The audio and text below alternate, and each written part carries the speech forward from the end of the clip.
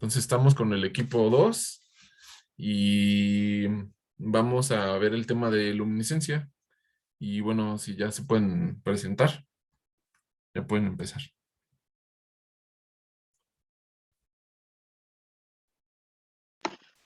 Bueno, les vamos a presentar luminiscencia y la siguiente es Roberto Perfis.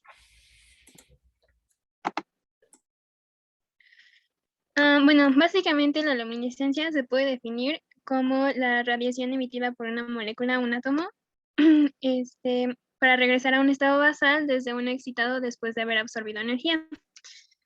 Y entonces existen algunos tipos de luminiscencia que le deben su clasificación en función a la energía que está implicada en el fenómeno de excitación.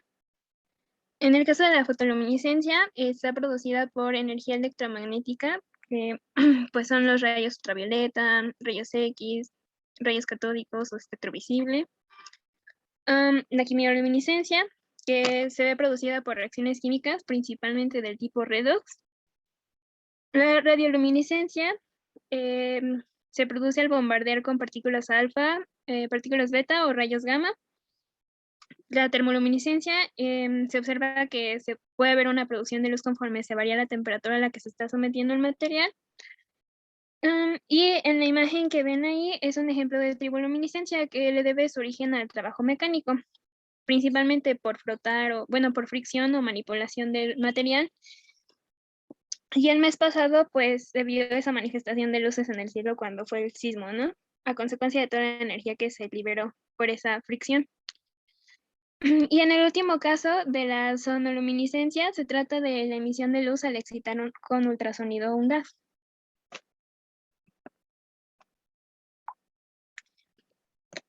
El día de hoy nada más les vamos a hablar de fotoluminiscencia y quimioluminiscencia. Y podemos ver que la fotoluminiscencia se divide en dos tipos y sigue el principio de capacidad de varios compuestos de absorber esa energía para experimentar una transición electrónica desde un nivel de energía menor hacia uno mayor. Y esta absorción de luz es muy rápida, aproximadamente de un femtosegundo, que dimensionalmente son como 10 a la menos 15 segundos. Y para la quimioluminiscencia, podemos observar que principalmente se da la bioluminiscencia en los seres vivos.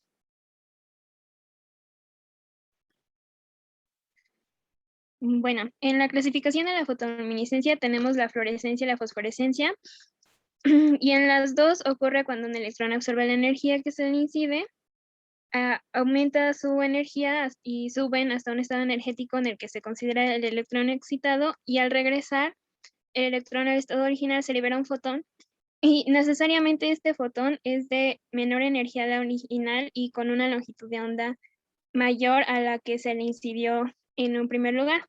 La gran diferencia entre las dos se refiere a la duración del fenómeno.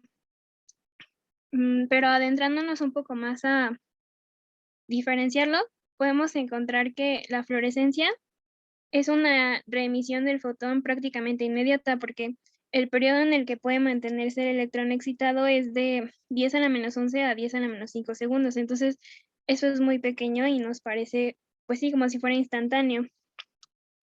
Y además, en el momento en el que se le deja de incidir luz en la fluorescencia, tampoco hay emisión. Entonces, pues es un fenómeno realmente temporal inmediato. Y su nombre se le debe a precisamente la florita, que es donde se vio que ocurría este fenómeno, y es la imagen del mineral azul que ven ahí. Bueno, el fenómeno de fluorescencia también se puede ver en algunos corales, en hongos bajo ultravioleta y en medusas.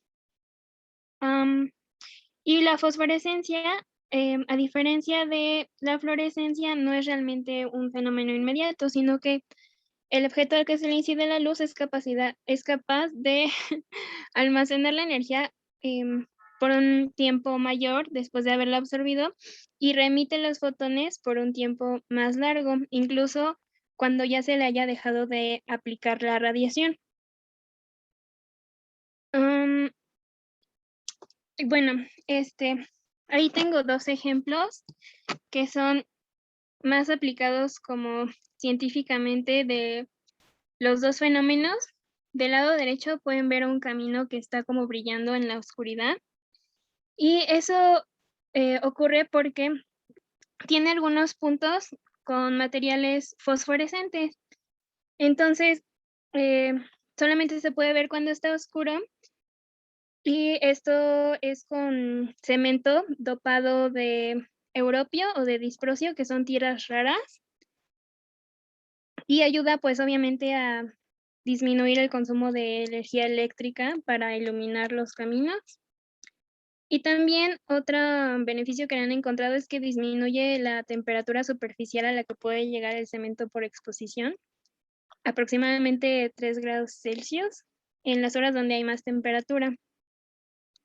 Y en las tres imágenes de la izquierda se trata de fluorescencia y es del premio Nobel que se otorgó en 2008, un premio Nobel de Química por el descubrimiento y desarrollo de la proteína fluorescente verde, que se llama GFP por sus siglas en inglés. Y se observó esta proteína en una medusa llamada Eiquaurea victoria y se ha desarrollado y trabajado esta proteína para bioetiquetado. Entonces, ayuda a rastrear y observar movimientos de cómo interactúan otras proteínas dentro de los organismos que serían invisibles de no haber tenido esta proteína que se une a ellas y poder iluminarlas. Y aunque al principio pues se descubrió la proteína verde, se han hecho modificaciones para poderla ver en otras gamas de colores, como se ve en la imagen de arriba, de la izquierda. Y ese es un cerebro de un ratón donde pudieron marcar diferentes células nerviosas. Y del lado derecho, la imagen que se ve como verde y roja, es cómo los tumores cancerígenos forman vasos sanguíneos.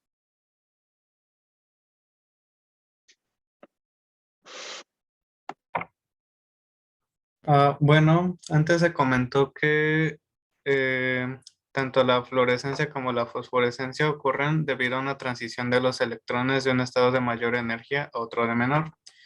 Entonces, estas transiciones se pueden visualizar mediante un diagrama de Jablonski, que es básicamente un diagrama energético organizado por columnas y cada uno de estos conjuntos de líneas representa un estado eléctrico excitado. Principalmente hay pues dos tipos de estados, los estados singletes y los estados tripletes. Y además el diagrama está organizado en columnas en el que cada columna va a representar un espín específico del electrón. Y la forma en que pues se organiza es así. De base pues se encuentra el estado basal. La nomenclatura de los estados tripletes, que es cuando los electrones tienen el mismo spin, pues es una T con un subíndice e indica el número de estado excitado que corresponde. Para los estados singletes, que es donde los electrones tienen espinas opuestos, pues se van a representar de esta manera. Y además en este tipo de diagramas se pueden encontrar este tipo de transiciones que las comentaremos más adelante, que se refieren a la conversión interna, la relajación vibratoria y el cruce entre sistemas. Además también nos representa la absorción de fotones y también la emisión de fotones también. También quiero pues comentar de una vez que vamos a asociar la transición de estados singletes al basal con la fluorescencia y la transición de estados tripletes al basal con la fosforescencia. Bueno, pues ahora vamos a checar un poquito sobre estas transiciones. De inicio necesitamos la absorción de un fotón de energía particular. Esto va a ocurrir más o menos así, va a llegar un fotón a la molécula y va a transferir su energía a un electrón. De esta manera lo va a excitar hacia un estado de mayor energía. Y esa energía pues tiene que ser necesariamente exactamente esta diferencia para que se pueda llevar a un nivel superior de energía. Pero ahora, ¿qué va a pasar? Pues el electrón tiene mucha energía y pues tiene necesita disiparla, necesita bajar su nivel de energía. Entonces esto lo puede hacer mediante dos tipos de procesos, los radiativos y los no radiativos. Los no radiativos son aquellos que no hay una interacción con la luz, que son estos tres que les estoy presentando aquí. Y en el diagrama de Jablonski se representan con líneas curvas. Por otra parte, pues los procesos radiativos se representan con líneas rectas y, por ejemplo, la absorción del fotón es una de ellas. Entonces, para disipar energía, una de esas transiciones le vamos a llamar relajación vibratoria, que se va a dar básicamente entre estados vibratorios. Ay, perdón, no les había comentado que cada uno de estos niveles energéticos está subdividido en estados vibratorios, que son estas líneas más delgaditas. Entonces, con esta relajación vibratoria, el estado excitado se va a relajar a un estado vibratorio menor, que es como lo que podemos ver aquí. Es decir, siguen el mismo estado energético, electrónico le llaman, pero va a disminuir de estado vibratorio. Entonces, aquí hay pérdida de energía. Esta energía después se puede disipar como energía cinética, ya sea dentro de la misma molécula o que se transfiera a las moléculas que rodean a la que se encuentra excitada. Otro tipo de transición le vamos a llamar conversión interna, que básicamente es el cambio de un estado de mayor energía electrónico a uno de menor energía. Esto es posible porque a energías mayores, la diferencia de estos estados cada vez es menor. Entonces hay una superposición de estos estados electrónicos con los estados vibratorios. Y pues es posible que ocurra digamos, este salto de energía. Entonces va a disminuir.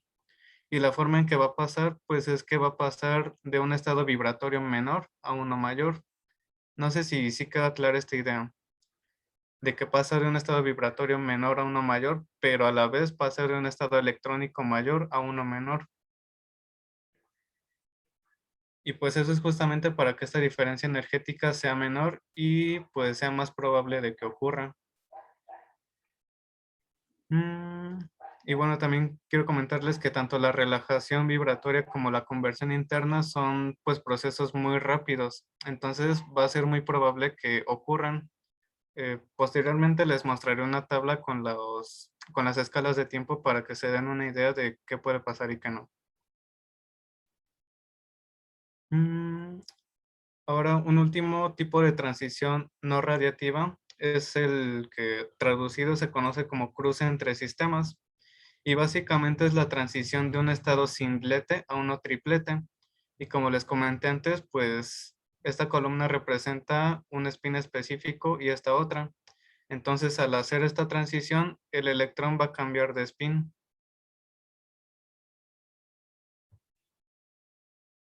No hay preguntas hasta aquí, ¿verdad?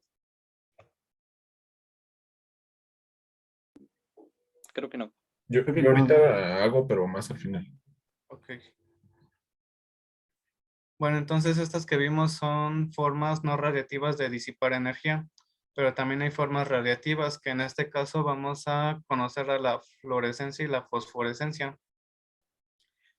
Básicamente para ambos va a ser una transición desde un nivel energético que por lo general es el primer estado excitado hacia el estado basal.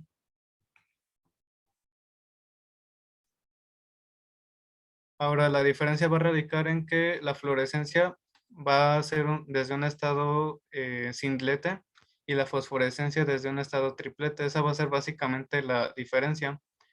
Pero para que se lleve a cabo la fosforescencia hay como un paso intermedio que es el cruce entre sistemas que no les había comentado, pero es un proceso más lento. Entonces esto hace que sea más retardada la emisión de este fotón. Y bueno, estos dos diagramas representan casos hipotéticos. No necesariamente tiene que ser exactamente así el mecanismo, pero pues básicamente es la idea. Por ejemplo, en el primer caso, ocurre una absorción, es decir, llega un fotón y transfiere su energía a un electrón, entonces lo excita y aumenta de energía. Después, a niveles más altos, les comenté que es más probable que ocurra la relajación vibratoria y la conversión interna, que es lo que está ocurriendo aquí. Si ven aquí cambia de un estado energético a otro y después hay una relajación.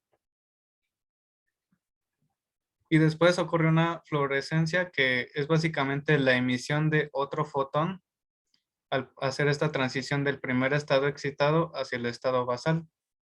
Ahora, por qué no ocurre esta transición desde niveles superiores al primer estado excitado? Pues básicamente porque a niveles superiores, eh, por la misma superposición de los estados, es más probable que ocurra la conversión y la relajación. Sin, sin embargo, la diferencia energética del S1 al S0 es demasiado grande para que ocurran. Entonces ahí es cuando entra la fluorescencia. En nuestro segundo caso, pues ocurre básicamente lo mismo, absorción. Luego hay una pérdida de energía mediante la conversión interna y la relajación. Y ahora vamos a tener un cruce entre sistemas que nos va a llevar desde un estado singlete a uno triplete. Este proceso pues es más tardado y por eso hace que la emisión del fotón sea retardada, pero lo que va a pasar es que la transición va a ocurrir desde un estado triplete a uno singlete. Y este tipo de transiciones ya habíamos comentado que se le va a conocer como fosforescencia. Y bueno, un dato más es que pues ya sea cualquiera de los casos, la energía del fotón que se va a emitir va a ser menor a la que incidió, justamente por esta pérdida de energía que se dio en la conversión y en la relajación. Y esa energía que va a ser emitida va a ser igual a la diferencia energética entre el estado inicial y el estado final.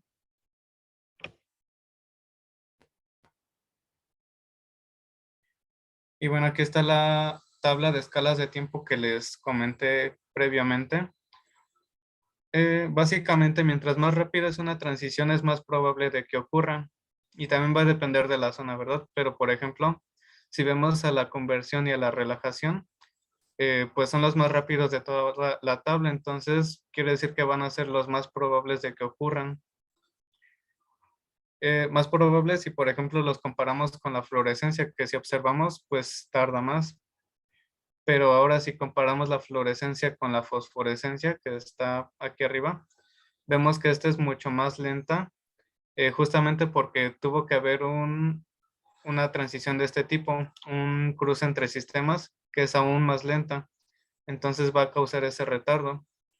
Y lo que les comentaba de los procesos radiativos, los que no son procesos radiativos no interactúan con la luz, es decir, no absorben ni emiten fotones, que sería el caso de la fosforescencia y la fluorescencia, que es cuando ocurre esta emisión.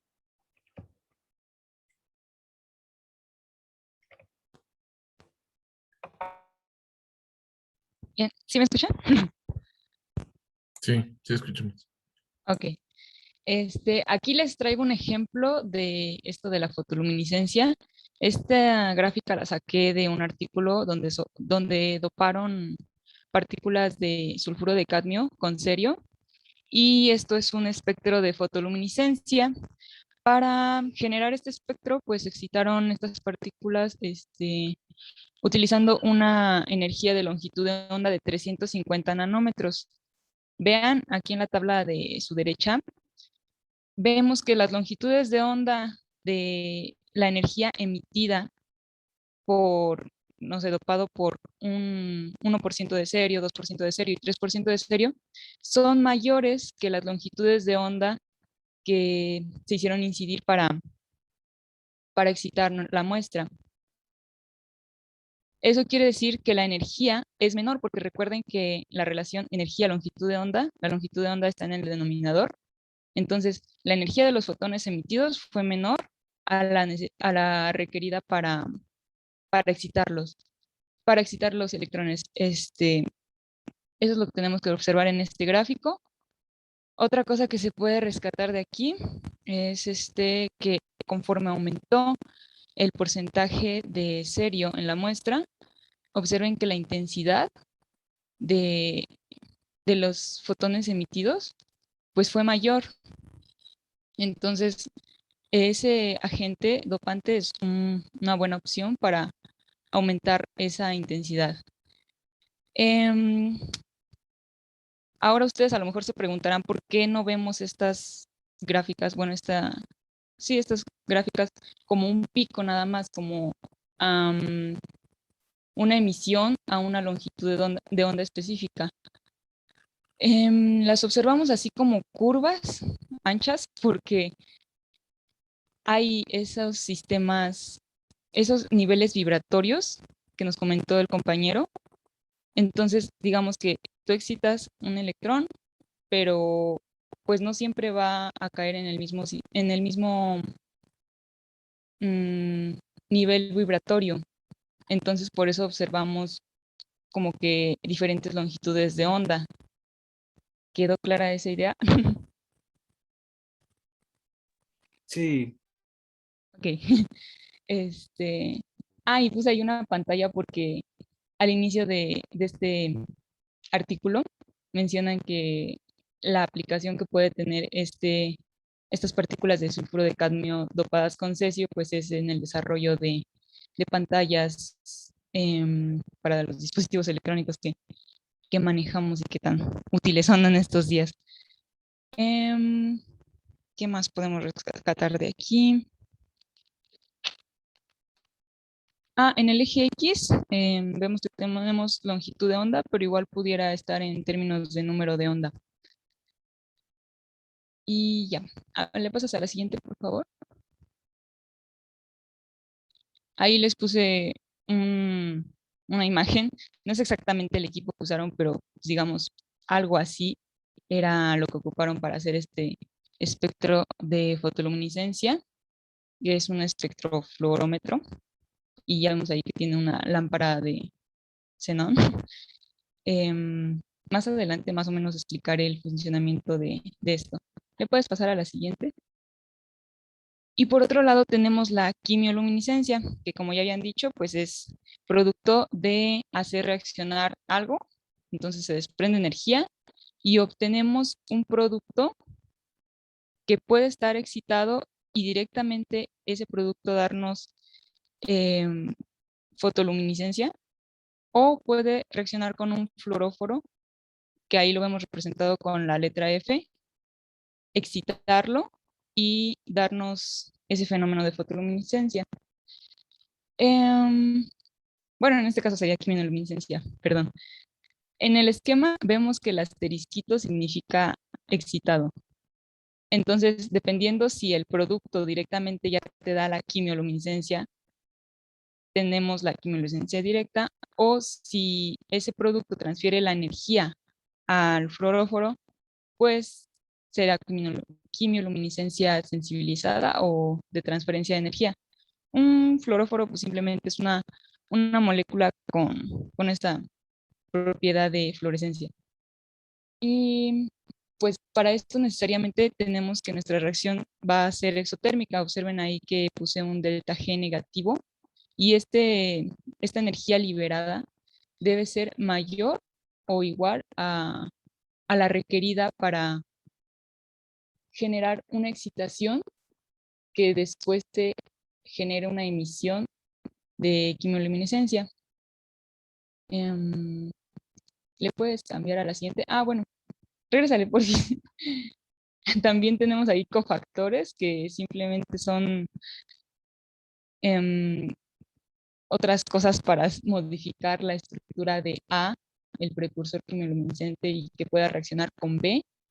O catalizadores también podemos tener, que pues son algunos iones metálicos y pues ya sabemos que estos disminuyen la energía de activación y se lleva a cabo la reacción pues, más rápido. Ahora sí, ahí les puse un ejemplo muy famoso en este campo, que es la oxidación del luminol. ¿Sí? Luminol es esto que está en rojo y utilizamos un agente oxidante que puede ser hipoclorito, yodo, permanganato o peróxido de hidrógeno comúnmente, para llevarlo a su forma de 3 a su forma, esta forma que está en azul, que es el 3-aminoftalato. Esta sería la molécula excitada. Ya al relajarse, pues observamos este fenómeno de quimioluminescencia. En esta reacción se puede utilizar como catalizadores, pues hierro 2+, cobre 2+, cobalto, ferrocianuro, algunos metalocomplejos, como la hemoglobina. Y en caso de que pues este catalizador sea hierro, podemos decir que se traduciría en: señor, ¿usted tiene o no tiene anemia? ¿Por qué? Porque si vemos, se emite esa quimioluminescencia y hay una relación entre la intensidad emitida con la cantidad de los reactivos que pusimos, ¿sí? Tanto de catalizador como de precursor quimioluminescente, como de agente oxidante. ¿Le puedes pasar a la siguiente, por favor? Y entonces tenemos una aplicación muy interesante de la quimioluminescencia, que es como técnica analítica. Ahí les puse una formulita que nos muestra la relación que hay entre la intensidad de los fotones emitidos con la velocidad de la reacción. En este caso, pues puse la variación de A, que es el precursor quimioluminescente, va con signo negativo porque pues está consumiendo, y esa phi representa el rendimiento cuántico. Este rendimiento cuántico pues se refiere a la eficacia que hay de generar la excitación de la molécula. Y, bueno, pues si podemos conocer la relación que hay entre el cambio del precursor luminiscente y relacionar eso con la intensidad, pues también podemos relacionarlo con el cambio en la concentración de cualquiera de las otras especies que nosotros utilicemos. Y se puede saber entonces, digamos, no sé, la cantidad de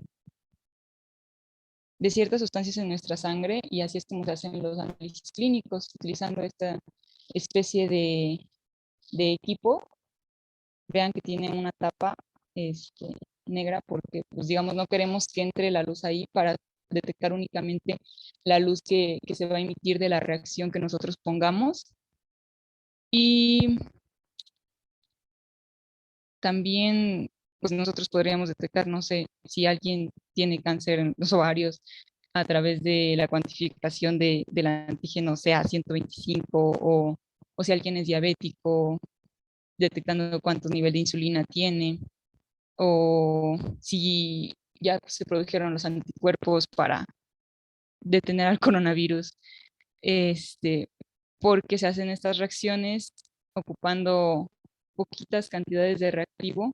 Se ocupa este principio de la quimioluminescencia y así se puede dar un resultado en corto tiempo, ocupando poco reactivo, y esto es maravilloso y relativamente nuevo porque esta aplicación analítica se descubrió apenas de los 80s para acá, se empezó a estudiar todo esto y ya se pudo desarrollar estos equipos.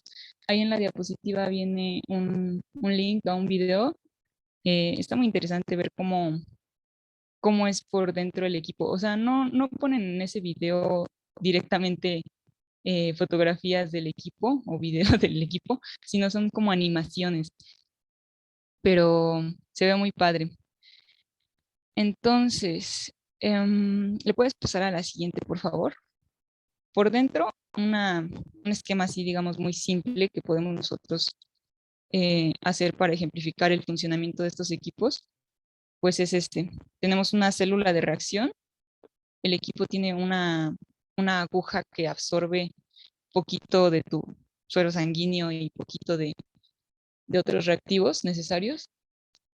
Se lleva a cabo la agitación debida para que ocurra la reacción, y enseguida tenemos un detector.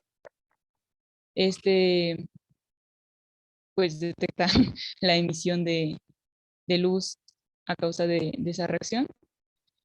Después se amplifica y en otra cosa pues se registra y se traduce esa intensidad a concentración de reactivos.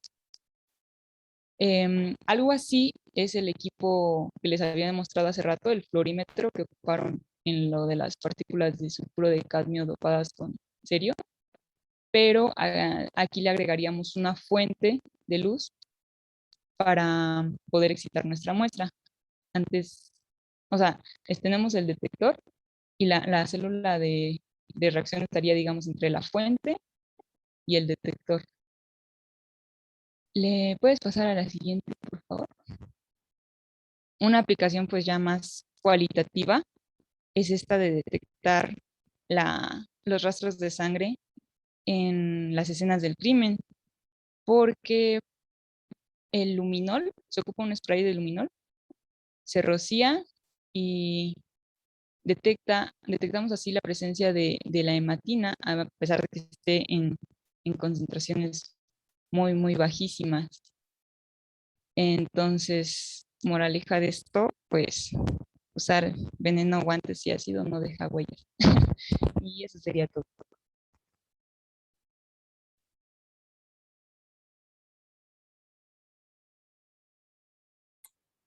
¿Dudas? Ya salió aquí el pozolero. ¿Dudas?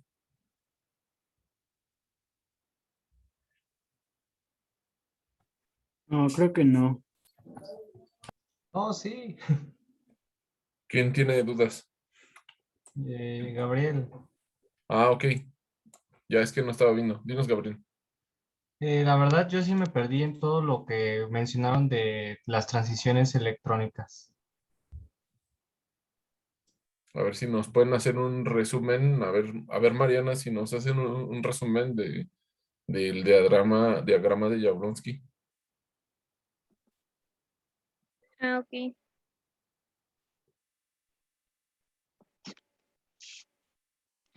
Pues básicamente, em, si recuerdan, los electrones tienen un específico spin, ¿no? Entonces, ay, esperen, déjenme moverme de aquí porque siento que se oye medio raro. Entonces, cuando se le incide energía, esa energía la absorbe la molécula y uno de los electrones pues sube, digamos, su energía y llega a un estado que se le llama desinglete. Y el estado de singlete es cuando aumenta la energía de un electrón, pero su spin no cambia, sigue siendo el mismo. Y después de eso viene la relajación. Pero algo que podría ocurrir, digamos, es que cuando se absorbe la energía se podría reemitir igualmente, o sea, sin haber ningún tipo de cambio en la energía. Pero debido a que el proceso más rápido es el de relajación, empieza a bajar, ¿cómo decirlo? Pues sí, de niveles dentro del mismo estado electrónico, baja de energía el electrón, entonces hace una transición de relajación vibratoria y puede pasar, en ese momento puede pasar a un estado triplete donde hay un cambio del spin o puede directamente bajar al estado basal y entonces se remite un electrón donde, digo, un electrón, un fotón, con menor energía porque ya se usó para algún cambio de relajación vibratoria o de conversión interna o de cruce entre sistemas.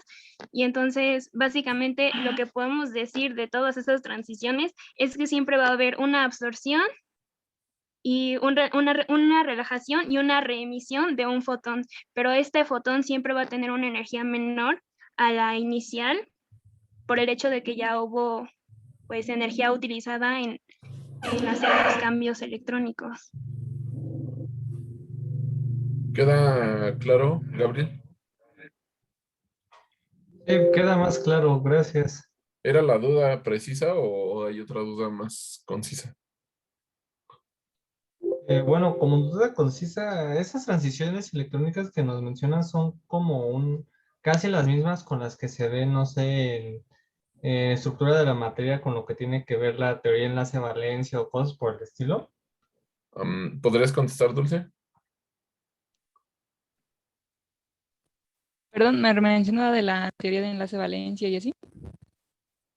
A ver, Em, otra vez, Gabriel. ¿Me puedes decir? Porque igual se cortó un poco para que escuche Dulce. Estas transiciones electrónicas son como un modelo que vimos en Enlace Valencia u otro por el estilo. No, digamos que aquí estamos considerando también niveles vibratorios, entonces pues sería algo distinto. Y estamos hablando de niveles en la misma molécula, no interaccionando dos cosas.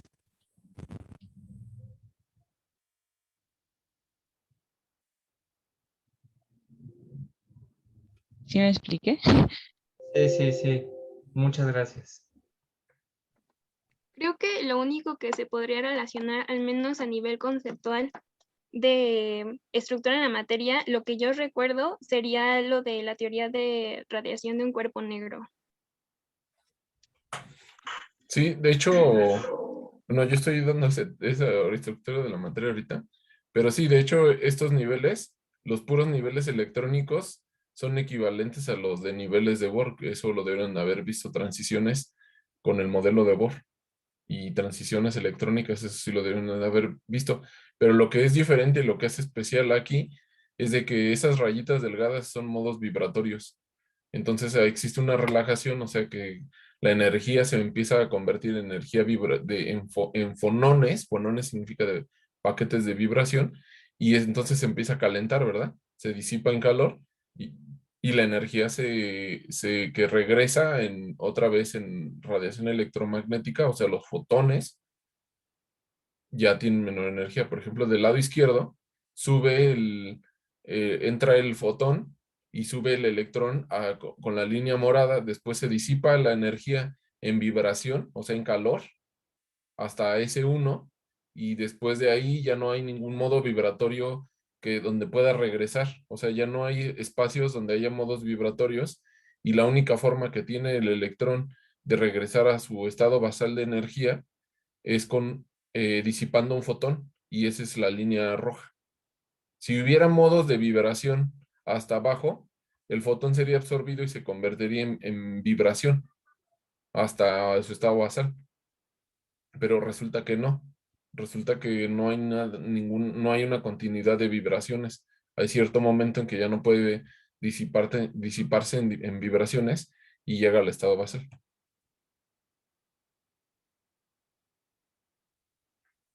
¿Sí? ¿Queda claro? Y podríamos tener en en el diagrama de Jablonski algo análogo como los estados degenerados. Mm,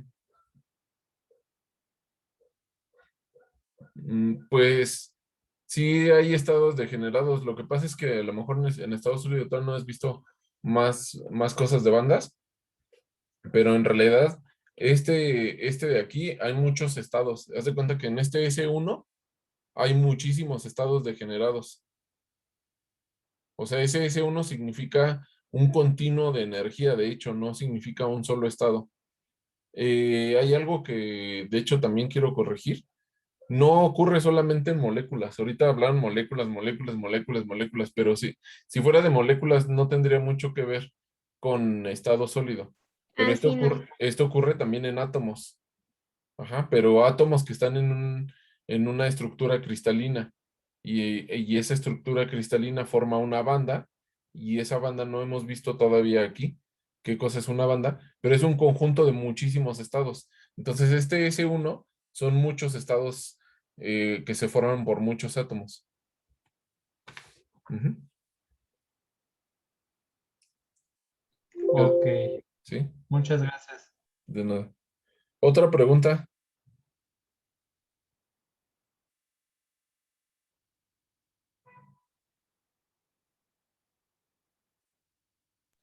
Yo, porque Dinos, creo que Miguel. no estás viendo la Dinos, mano. Miguel. Sí, ya acabo de ver.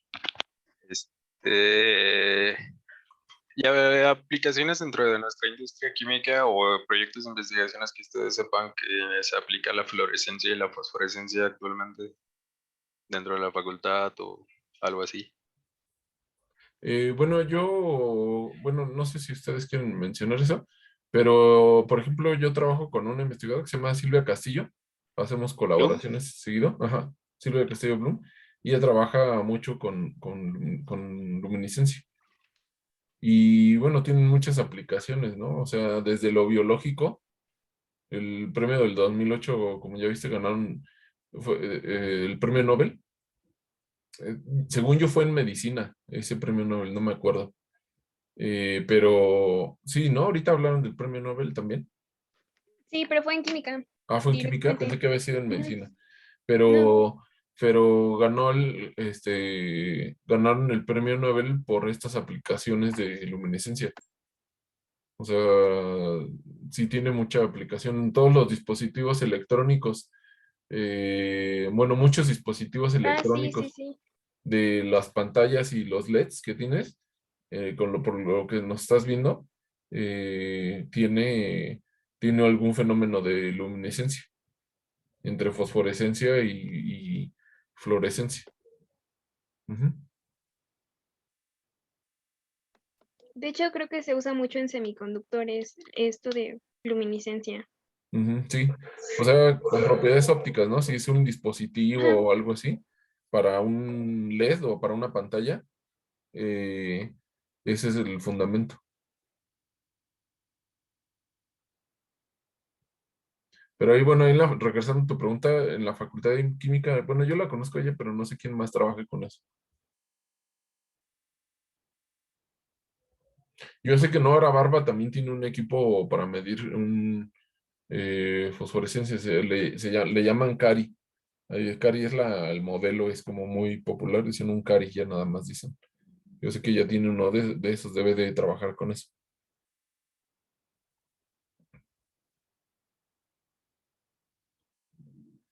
¿Algún comentario?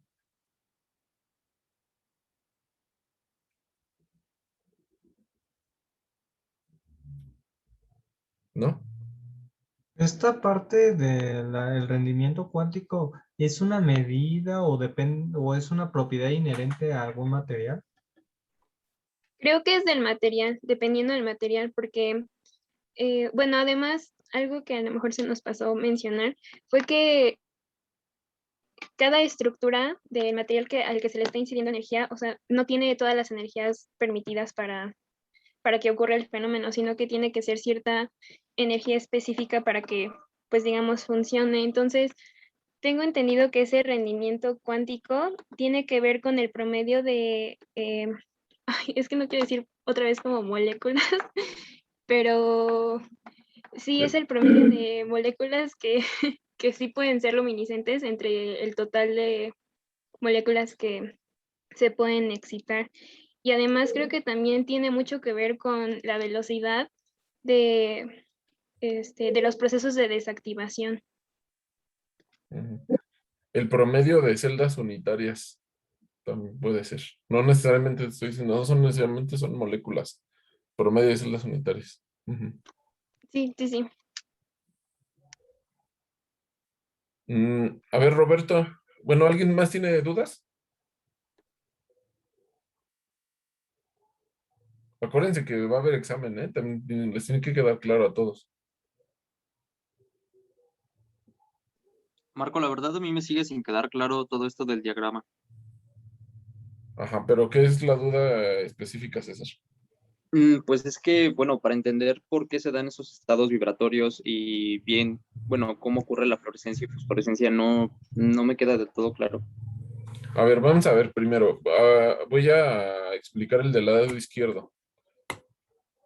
El electrón está en S0, es el estado basal. Los electrones están en S0. Llega un fotón. Ese fotón tiene energía E igual a h nu.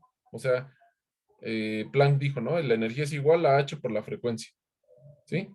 Entonces llega el fotón, o sea, radiación electromagnética, y hace que excite al electrón. ¿Sí? Sube el electrón de energía en este morado, en esa línea morada. ¿Hasta dónde Ok. sube? Hasta donde tiene la energía. Si la energía cae por ejemplo, entre S0 y S1 hay un espacio en blanco. Si la energía de ese fotón sube el electrón hasta ese espacio en blanco, esa es una brecha prohibida. No hay energía, no hay un estado donde se pueda quedar ese electrón. Ujú. Por mecánica cuántica sabes que no todos los estados están disponibles, nada más ciertos estados existen. Entonces, si llegas entre ese 0 y ese 1, no sube el electrón y simplemente no se excita. Tiene que llegar hasta alguno de los niveles donde haya un estado energético posible, o sea, porque está cuantizada la materia, ¿no? Llega hasta ese 3 en este ejemplo. El electrón está ahí, pero ahora resulta que ese electrón se puede dispersar energéticamente por medio de vibración. Esa vibración se llaman fonones. Son paquetes de vibración con n fonones. De ahí puede decaer. ¿Hasta dónde va a decaer? Hasta el punto en que ya haya otra vez un espacio energético. Por ejemplo, entre S1 y S0 en la última línea, hay una línea, hay un espacio donde no hay nada de puntos. Decae el electrón desde S1 hasta S0. Mientras tanto, desde S3 a S1, perdió energía. ¿Pero cómo perdió energía? Por medio de vibración. ¿Sí? ¿Hasta ahí todo claro, César? Ok, sí. Llega al punto S1 y pierde energía. Y ahí se convierte como ya no puede perder por medio de vibración, pero tiene que seguir bajando de energía. No se puede, en la naturaleza, todo busca que estar al balanceado y al mínimo de energía. Ese es un principio de la naturaleza. Como sigue excitado y tiene que seguir perdiendo energía hasta llegar al estado basal, pierde energía hasta otra vez llegar a ese cero. La flecha debería ir, todas las flechas, la morada debería de empezar desde el S0, desde la línea gruesa. Ajá. Y la roja también debería llegar hasta el V0, que es el estado basal. Llega hasta ahí. Al momento de esa flecha roja bajar de S1 a S0, ¿qué es lo que debe de emitir, César? Un fotón. Un fotón. Ese fotón tiene esa energía desde S1 a S0. El fotón que entró tenía mayor energía porque llegó desde S0 hasta S3 y el fotón que salió desde S1 hasta S0. Entonces tiene menor energía. Por eso cuando, por ejemplo, los billetes los pones en luz ultravioleta, tienen un material que es luminiscente. Ajá, ese material es fluorescente. Ajá. Entonces absorbe la energía ultravioleta hasta S3 y luego lo regresa con menor energía. Debajo del ultravioleta, ¿qué energía está?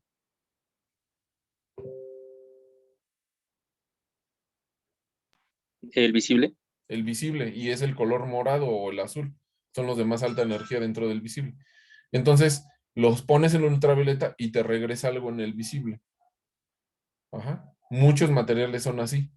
Hay otros que son en rayos X o arriba de ultravioleta, casi tirándole a rayos X. Pero los más convenientes son en ultravioleta porque podemos generar fácilmente energía ultravioleta. Ujú. Ok, y entonces esto explica también, por ejemplo, que, no sé, en una fiesta donde hay lámparas de luz negra, la ropa blanca se ve o brilla como de un tono azulado, pues que se ve como brillante. No es exactamente eso. Lo que pasa es que mucha de la ropa blanca, para que se vea más blanca, tienen un compuesto, unas nanopartículas de óxido de titanio. Mucha ropa tiene eso, que tiene óxido de titanio o algún otro compuesto que tenga este efecto. Entonces tienen un material que ya tiene fluorescencia, porque absorben el ultravioleta y emiten el visible, pero ¿en qué color emite? Pues en el color como azul. Ajá. Ok. O sea, cerca del morado.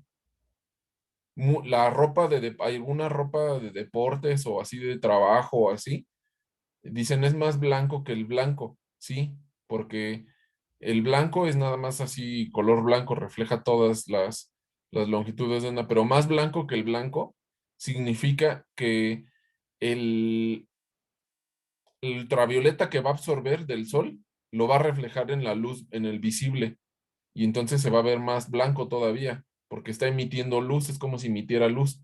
Bueno, para nuestros ojos está emitiendo algo, o sea, emite en otra radiación simplemente, pero tú con los ojos no ves el ultravioleta, pero ahora lo emite en el visible. Entonces pareciera como si se iluminara, como que fuera más blanco aún, o más, que tiene más luz, pero sí tiene más luz, lo alcanzamos a ver, pero en realidad está perdiendo energía.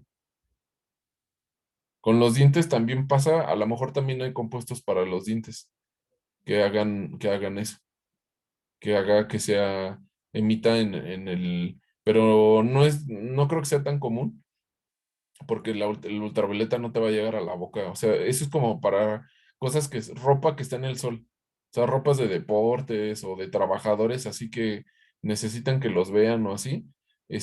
Trabajan bajo el sol y los rayos del sol trae algo de luz ultravioleta. Ujú. A ver, hasta ahí el del singlet o el singulete, que se me hace rarísimo la palabra singulete, nunca, como que no estoy acostumbrado, siempre digo singlet. Ajá.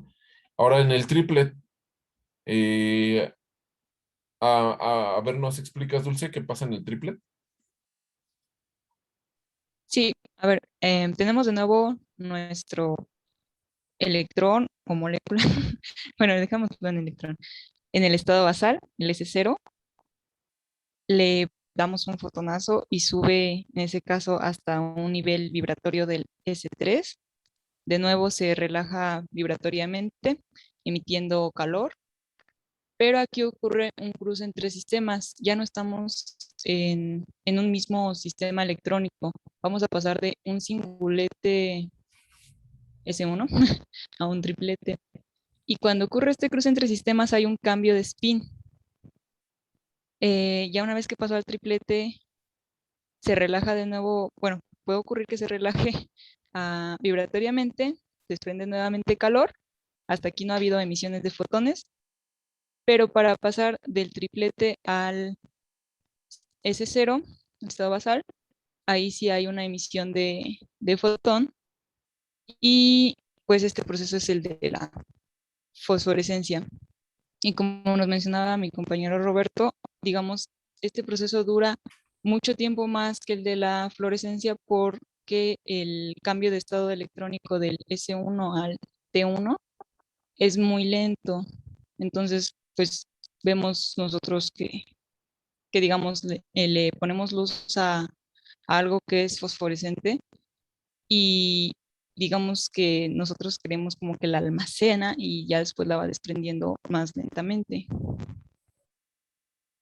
¿Nos puedes dar un ejemplo de algo fosforescente de la vida diaria, Dulce? Bueno, no de la diaria, pero algo que veamos comúnmente. Ajá. Em, bueno, ahí en las diapositivas les habíamos puesto las estrellitas que pegan en los cuartos de los niños. Ujú, Durante el día se cargan, esas tienen adentro algunos derivados del fósforo, y ya en la noche pues nosotros vemos que brillan. ujú. Entonces ahí cambia de spin singlet a spin triplet. O sea, por Sí, cargarse se refieren a que liberan la energía Si liberan la energía, cuando porque no les da la luz. no les da la luz. O sea, mira, aquí ya no, este que está en la pared, ¿no? ¿Nunca has visto esas? Parece como un plástico. Sí, Le sí, da sí la los he luz visto, durante, pero ajá, sí. a lo que iba es que se cargan y cuando no les da la energía de la luz, es cuando regresan al estado basal y liberan la energía. No es ¿O necesariamente cómo? cuando no les dé la luz. Ajá, o ¿Podrían, sea, regre- podrían regresar al diagrama de Jablonski? A ver si nos dices al otro, al donde está ese. No, bueno, ¿querés decir algo, no, Dulce? sí, es lo que iba a mencionarle, que no necesariamente es que el proceso ocurra cuando dejamos nosotros de darle energía. O sea, esto está pasando muchas veces, le das energía, se excita, regresa energía, emite el fotón, pero esa emisión del fotón es más lenta. Entonces, puede que nosotros ya no estemos dándole energía a, pues digamos, a esas estrellitas, pero como regresa más lento, digo, como ese cruce de sistemas es lento, pues nosotros podremos observar esa emisión del fotón, aunque nosotros ya no le estemos suministrando energía. O sea, esto está ocurriendo aun cuando nosotros le estamos suministrando energía, pero pues ya lo vemos cuando, bueno, lo podemos seguir viendo cuando ya no le estamos dando energía. Pero eso solo Va, ocurre en el gracias. fosforescente, porque en el fluorescente ese sí es inmediato. Si le dejas de aplicar, deja de brillar. Ujú. Sí, o sea, el fluorescente aplicas energía y inmediatamente la emite en la fluorescencia. En cuanto le dejas de aplicar energía, ya no lo ves, es como el billete, te digo, lo pones en ultravioleta y se ven signos, se ven cosas, ¿no? Pero lo quitas de la luz, ya no vuelves a ver ese color, ese es fluorescencia. En fosforescencia es más lento, como estas estrellas. Ahorita voy a explicar otras cosas de qué es spin singlet y spin triplet. Ajá. Pero en el spin triplet, cuando ocurre este cambio, empieza a bajar de energía más lentamente. Ahora, ¿por qué? A ver si tú nos puedes decir, Roberto, ¿por qué en un material prefiere irse a spin triplet y por qué en los otros no se va a spin triplet? O sea, ¿por qué un material presenta sin, fosforescencia y por qué los otros pertenecen fluorescencia?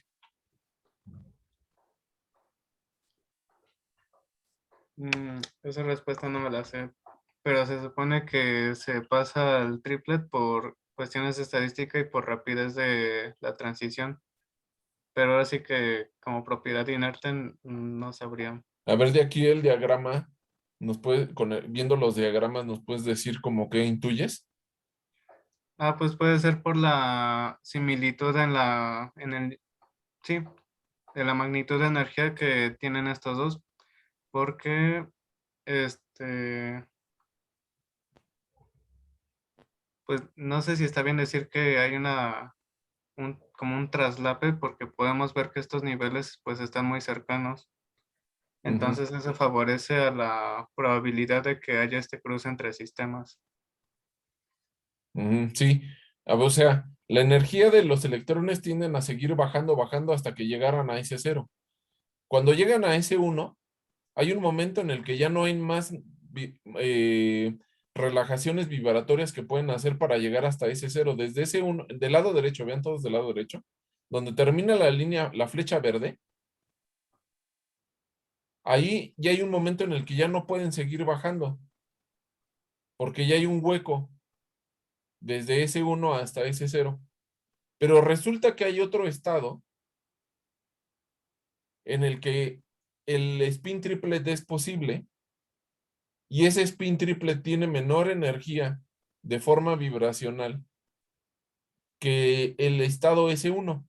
Entonces el spin se empieza a convertir el spin triplet se empieza a convertir en spin triplet gradualmente para poder bajar la energía a través de vibraciones hasta donde llega hasta T1.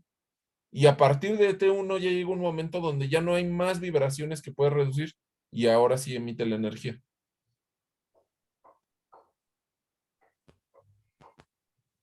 ¿Queda claro, César?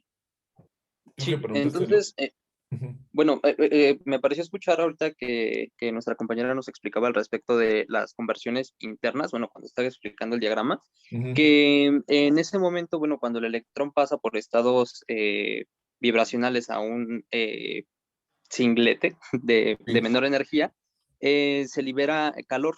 sí, Entonces, podríamos decir de alguna manera que esas estrellitas de sí que se ponen en los cuartos de los niños para que brillen en las noches, ujú. durante la noche se están calentando, aunque no sea tan evidente tal vez, pero se están calentando. Sí, sí emiten calor, porque esa vibración fonónica o esos fonones, pues son vibración y eso es calor a final de cuentas. Ok, bien. Y la segunda pregunta es, ¿por qué no todos los materiales entonces tienden a pasar a un triplete? Ujú. Bueno, vamos a ver, a ver, Mariana, ahorita con la siguiente pregunta va a quedar Mariana. Del compuesto que presentó Dulce, de cadmio, eh, ¿era cadmio escandio? Sulfuro de No, Sulfuro cadmio de sulfuro de cadmio. cadmio. dopado con cerio. Ajá, ¿para qué es el cerio? O a ver, bueno, primero tú, Mariana, ¿para qué es el cerio? Bueno, el cerio, lo que yo entendí del artículo, Ujú, es que básicamente lo que estaban haciendo era em, sustituyendo en algunas partes de la estructura del sulfuro de cadmio, estaban sustituyendo el cadmio con pequeños iones de cerio. ajá. Entonces, eso es lo que ya cambiaba las propiedades ópticas, dependiendo de la concentración en la que ponían el cerio. Ujú, pero ¿para qué necesitamos el cerio? ¿Por qué no dejamos solamente el sulfuro de cadmio para que ya presente fluorescencia? Ah, ok, no, ya, esto se refiere a, pues la posición del cerio en la tabla periódica, a todo el grupo que, conocemos como tierras raras. Ujú. Tienen esa propiedad de poder,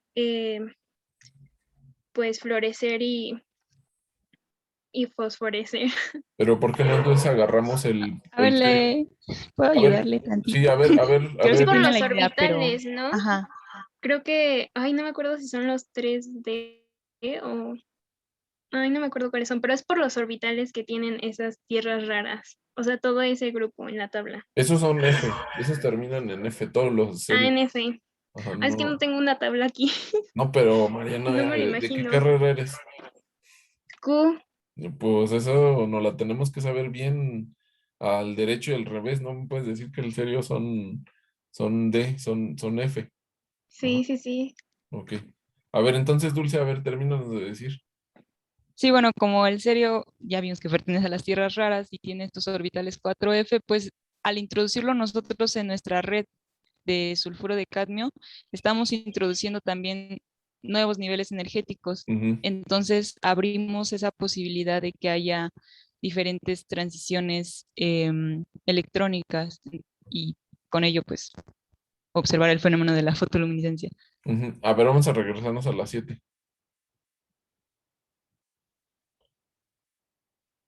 Entonces, al dopar, aparecen más modos vibratorios porque ya hay nuevos niveles energéticos en ciertos puntos.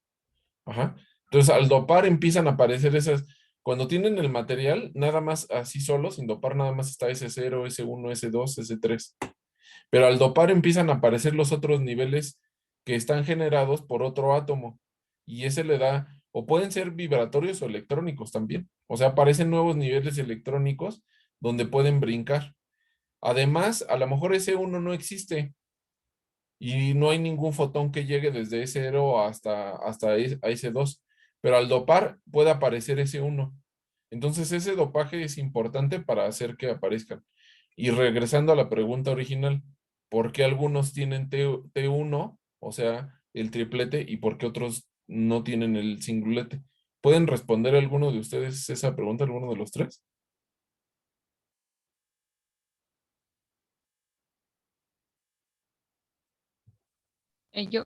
Bueno, porque pues simplemente la estructura que nosotros tenemos, pues no los tiene, pero podríamos introducirlos Ajá, metiendo ahí otro guión. otro John, sí.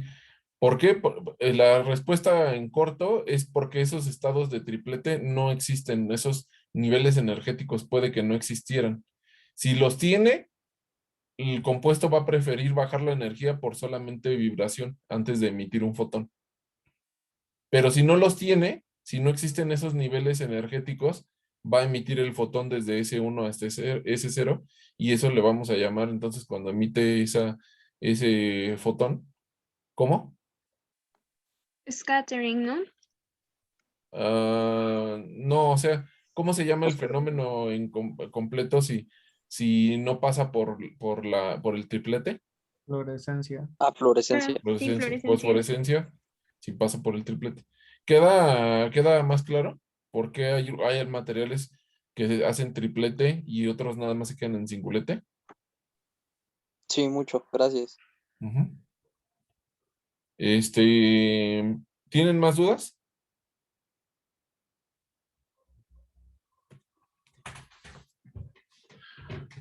¿No? ¿Ya no hay más dudas?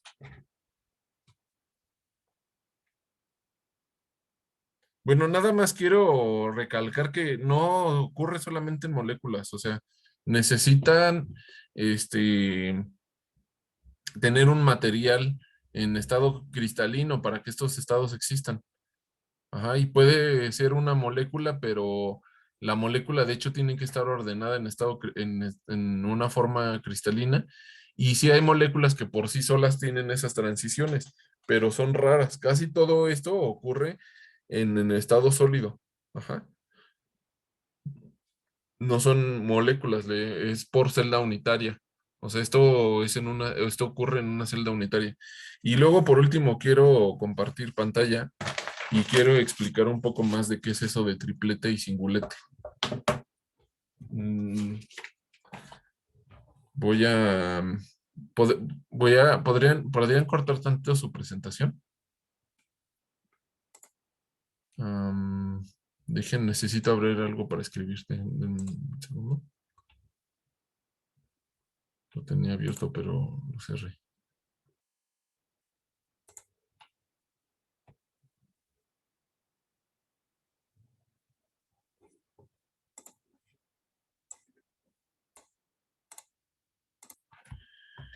Y déjenme buscar la pluma. Nunca la encuentro. Ya. Ahí pueden ver ahorita mi pantalla. ¿No pueden No. ver? No, ¿No? No,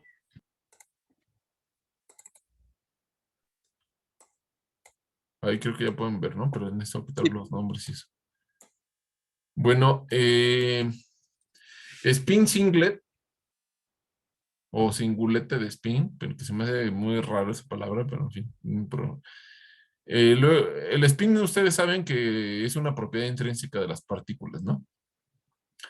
Entonces el spin en realidad es el momento magnético inherente de cada partícula.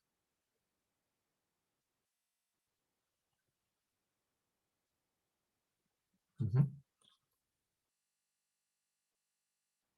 Entonces, resulta que spin singlet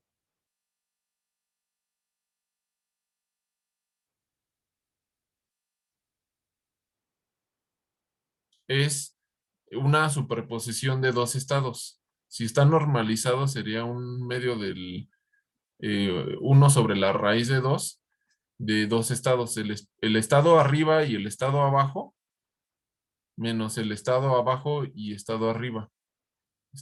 Abajo, estado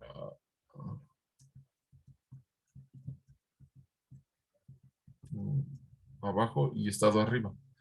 Ajá. Ahora aquí voy a hacer una notación más formal que es notación de Dirac. No sé si vieron eso en la estructura de la materia, qué cosa significa esto, pero este se llama ket y este se llama bra. Juntos son bracket, ¿no? Pero esto en sí significa el conjugado de la función de onda. O sea, cuando está así y cuando está así es sin el conjugado. Y cuando está completo el bracket, por ejemplo, que tuviéramos esto, 1, 2, ya es la integral en todo el espacio de las dos funciones de onda y aquí le ponemos todo el espacio y aquí todo el espacio. Ajá. Entonces, este se llama notación de Dirac. Esto es para reducir espacio. Entonces, esto significa, esta se refiere al conjugado de la función y esta también es el conjugado de la función del spin a arriba abajo, a abajo arriba. Ajá. Esto es en sí spin singlet. Ajá. No es solamente, luego tienden a decir que spin singlet es cuando los spines están uno arriba y otro abajo, pero en realidad son dos estados. Es el de arriba abajo menos el de abajo arriba. Eso es en sí spin singlet. Y el otro spin triplet no se compone de un solo estado. En realidad, esos son 3 estados. O sea, spin triplet puede ser cualquiera de los 3. Sería 1 entre raíz de 2, arriba, arriba. 1 entre raíz de 2, abajo, abajo. Bueno, le podemos quitar esto.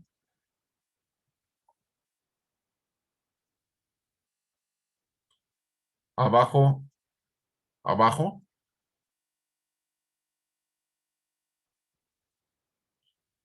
Y el último es 1 entre raíz de 2, que se parece a este de aquí, que es arriba, abajo, más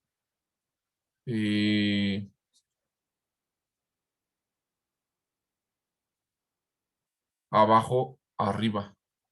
No las voy a hacer completas para no tener ahí las flechas medio raras. Nada más es una flecha ahí. Abajo, abajo, arriba, arriba, arriba, abajo, abajo, arriba y aquí. Ujú. Entonces, spin triplet puede ser cualquiera de estos 3 estados.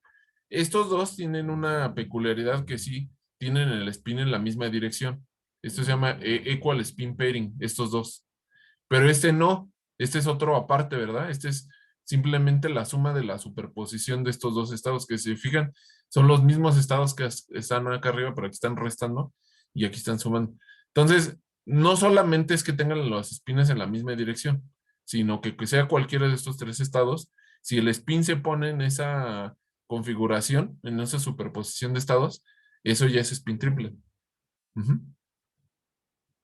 ¿Tienen alguna duda de esto? ¿De spin cyclet y spin triplet?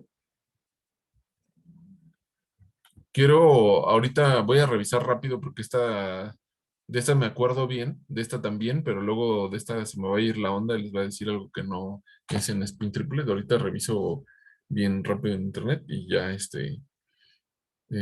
pero casi estoy seguro que es así. ¿Tienen alguna duda? Sí, No, creo que no, Marco. ya la encontré. Sí, sí está bien. Ajá. Ahora, si este tiene spin arriba,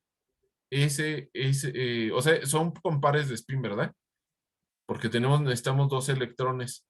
Entonces, este significa spin singlet, S igual a 0, y spin triplet es S igual a 1.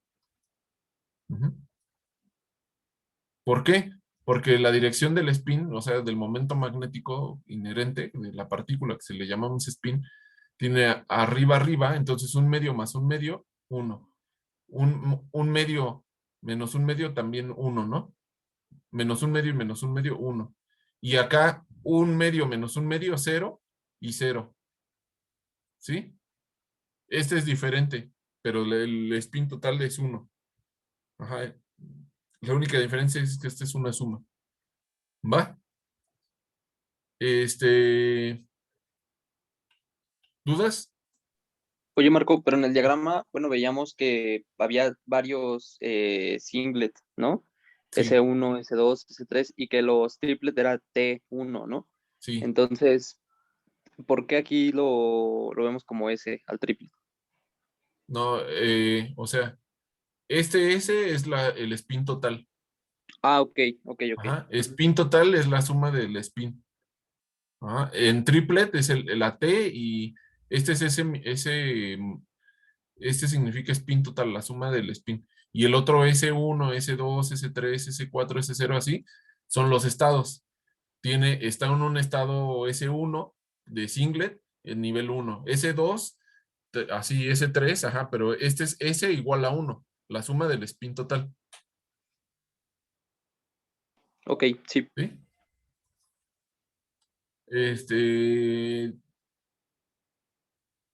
Creo que ya está bien, estuvo completo todo el tema. No veo yo que haya faltas que nos falten cosas. A ver, ya nada más, por último, Roberto, ¿nos podrías decir qué es un fluoróforo?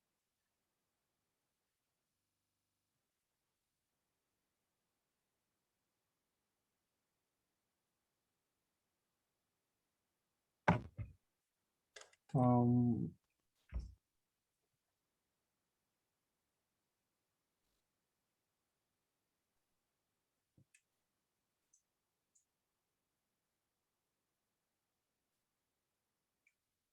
¿No? Eh, a ver, la ayuda es Dulce. Sí, pues sí, una especie que sí de presencia. ¿Una especie que qué? Es que se cortó el internet. Sí, una especie que sí tiene esta propiedad de fluorescencia. Ajá, una especie que tiene propiedad de fluorescencia. O sea, puede mantener electrones excitados y bajarlos en diferente longitud. Eh, bueno, era lo último que quería aclarar. Ahora también quiero comentarles que esa es la fluorescencia y fosforescencia común, pero de hecho hay unos materiales más exóticos donde la energía que sube aumenta. Dice, pero ¿dónde apareció la energía? Lo que pasa es que son dos estados vibratorios que se unen. Y entonces, esto es como lo más común, pero sí hay casos que son un poco exóticos. De hecho, yo cuando los vi se me hicieron raros, pero son de investigación, no son muy comunes, son casos más recientes. Entonces, la energía que se emite es de mayor energía, pero dices, ay, que apareció energía o qué. Bueno, no. Lo que pasa es que son dos estados vibratorios que suman su energía y entonces se emiten a final de cuentas a mayor energía. Ajá, pero se perdió. El balance de la energía no se perdió, o sea, no hay entre toda la energía que hay no apareció nada, sino que dos fotones que entraron salieron como uno de mayor energía. Ujú. Em, Bueno, vamos a hacer una pausa comercial. eh, para los que no han comido, yo ya comí ahora sí. Pero regresamos, ¿les parece? En 10 minutos. ¿Les parece bien? Sí, está bien. Órale, pues Vale. voy a pausar aquí la grabación.